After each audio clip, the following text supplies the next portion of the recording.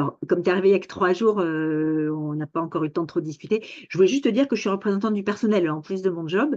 Donc, c'est souvent moi que tu verras pour les petites remarques ou les petites doléances des collègues, hein. Euh, et puis aussi, je pourrais te donner des infos, parce que parfois, les syndicats, on a des infos avant les managers. Bon, alors, juste avant la réunion, d'abord, je voulais te dire, bah, écoute, en 3 jours, tu as fait un peu carton plein parce que toute l'équipe a l'air de t'apprécier. Tu es très à l'écoute, tu es super dynamique, très souriant. Donc, c'est très agréable. Donc, bon, il faut dire les choses aussi quand ça va, hein. Donc, voilà, je voulais te le dire.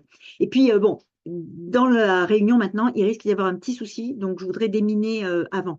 On a entendu dire qu'il y a une personne handicapée qui vient nous rejoindre. Voilà, c'est vrai. Alors, ça va pas être possible. Non, enfin, je t'explique le contexte parce que je pense que tu n'as pas pu encore trop t'en rendre compte.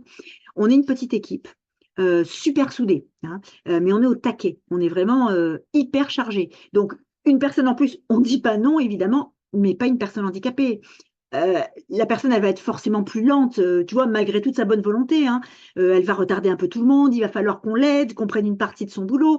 En plus, dans l'open space, je vois pas comment un fauteuil roulant va passer. Même dans cette salle de réunion, regarde, ça passerait pas du tout. Et puis, oui, alors, non, c'est vrai, tu as raison, c'est peut-être pas du tout quelqu'un en fauteuil roulant, ben, tu as raison, puisqu'on ne sait pas, ben, peut-être quelqu'un d'aveugle, par exemple. Imagine quelqu'un d'aveugle, ça ne pourrait pas le faire non plus.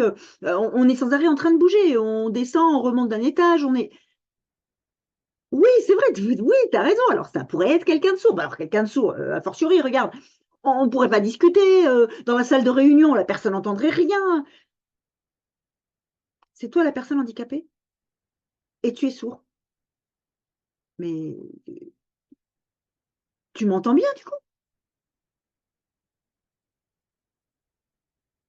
Ah, d'accord, mais écoute, oh, c'est incroyable, je ne savais pas que ça existait des appareils auditifs aussi petits.